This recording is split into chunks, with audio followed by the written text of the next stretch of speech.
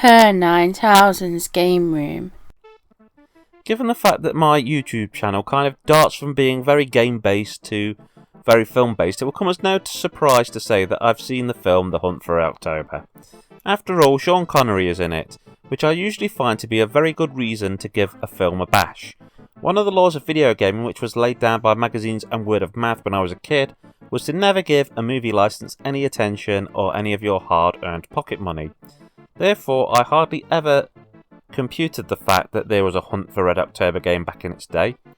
As an adult, though, I've taken a bit more of a if you can find it cheap, why not give it a bash sort of outlook, and it's actually led me to a few good games, some that were even better than the films they were based on.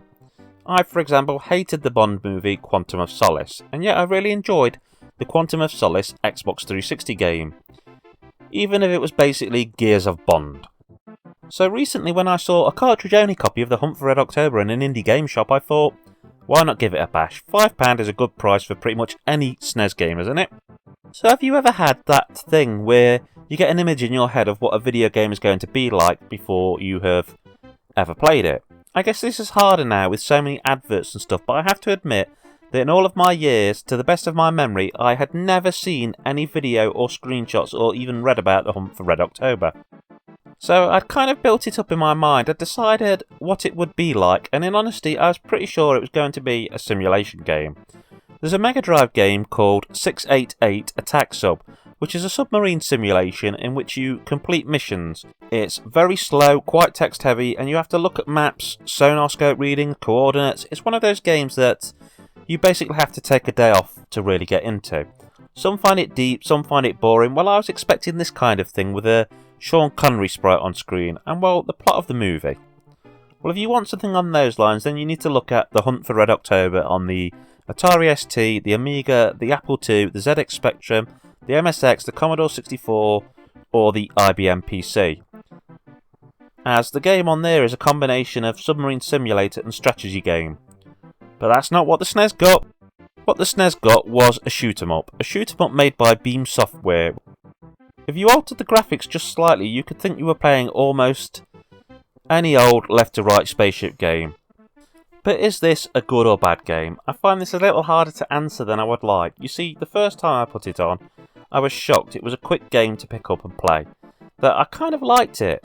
Then when I played it a bit more, it seemed rather limited, but then I find myself picking up to play it again, to see if I could do better, if I could get further. So, does this game follow the story from The Hunt for Red October, or even recreate the same atmosphere as the movie? The short answer would be, not in the slightest. The Hunt for Red October started out as a Tom Clancy book, with the following being a rough version of its story. The Soviet Union made a new special submarine called the Red October. The big deal about it being that it is capable of travelling across the ocean without being detected. If you think about it, a sub with missiles and this capability could seriously mess up the world. And so the captain of the Red October, Marco Remus, realising this, decides to steal the submarine and defect to the United States. I mean, seriously, taking it from one superpower to another would not have been my plan. I would have sunk the ever-loving crud out of it. Anyway, he has to take the sub while the Soviet Navy tries to stop him, while worrying about possible KGB spies on board, and worrying about if he can get the United States government to trust him.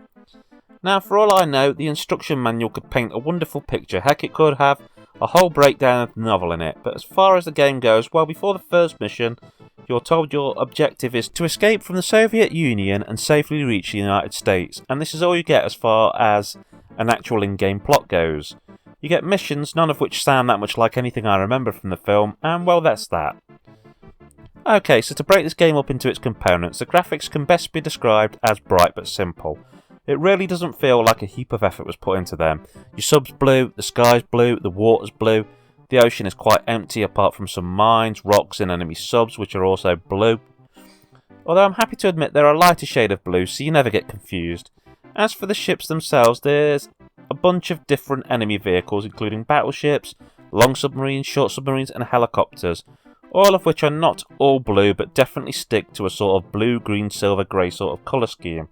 Although if you manage to get a few missions in and onto bonus sections, you will be treated to orange fighter planes, so there's that to look forward to. The missiles are pretty much just grey blobby lines that move along. The explosions also are really not that exciting. It just feels like things are lacking, well, some flair. It was clear that this game wasn't able to be realistic, so I'd just sodded even trying and given the game a bit more flavour. I'd have made the Red October sub red so it stood out more, added in some more impressive explosions, maybe tried to get some Mode 7 style rotating in there, but hey, this is just me. Oh, there kind of is one gimmick, and that's the bonus stages. You see, they are not left to right scrolling affairs like the rest of the game, they're basically more like light gun levels. You control a crosshair on the screen and shoot the things which are either scrolling along the screen or heading straight for you. And if you have a super scope, then you can use that to play them. I actually really like the music when I started playing the game. I find it quite fitting, but I just wish it was longer and there was more of it. You see, at first it sounds good, but then you realise it's just one or two very short, looping tracks which at first sound pleasant, but then begin to bore their way into your head in an unhealthy manner. Like the music, the gameplay can also be accused of being repetitive. You control the Red October, which is sent on various missions, all of which basically boil down to going right in shooting or avoiding everything. You might just reach the end of the level and that's that, or you'll reach some kind of base you need to blow up, but it's all pretty much the same. You get attacked from pretty much every direction, battleships, helicopters drop bombs on you from above, enemy submarines will fire missiles horizontally at you, and you even have missile-firing bunkers on the seabed. Add to this rocks and mines getting in the way, and you'll find yourself weaving all over the place like a drunken pilot in order to survive. To combat this, you have 4 types of weapons. You have the straight horizontal missile, the straight up missile, the bombs/depth charges that you drop, and the arching missiles. All of these weapons are limited, but you get more by picking up an icon, which not only gives you more missiles but also replenishes some of your health. It's sort of an all-purpose pickup instead of individual repair kits and bullet packs, etc. The Red October sounds powerful, right? Well, maybe it is, but it's still very challenging. You'll have to avoid mines which don't even seem to affect enemy ships, and then the missiles that are fired at you and the bombs that are dropped on you, and then the subs and the ships, and basically everything's trying to take you out by simply ramming you. The main, and I mean main thing that makes this all a bit of a pain in the rear though is the fact that you don't have lives. This is a one life, one game kind of game. If you fail a mission, there's no going back to the drawing board via a continue screen and starting again. Oh no, sunshine, you're going to see your sub explode, and then see a shot of it sunk on the bottom of the ocean, then be told it's game over and dumped back onto the title screen. A title screen with no options or practice modes or any luxuries at all, just a chance to press start and start everything again from scratch. If you think that sounds harsh, well, add to the fact that your sub is not repaired between missions. So if you get through a mission by the skin of your teeth, you could well be starting the next one a single hit away from death. How unforgiving is that? I have very mixed feelings on the hunt for Red October for the SNES. I'm pretty certain if I'd tried this back in the day, I would have hated it, but now I simultaneously like it while also seeing a lot of its faults. And overall, I have the desire to call it average.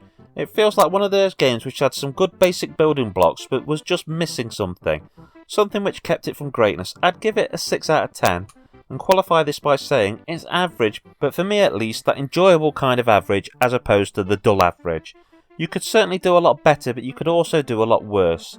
I've seen plenty of people trying to get £20 or so for a loose cart of this game, and it's certainly not worth that.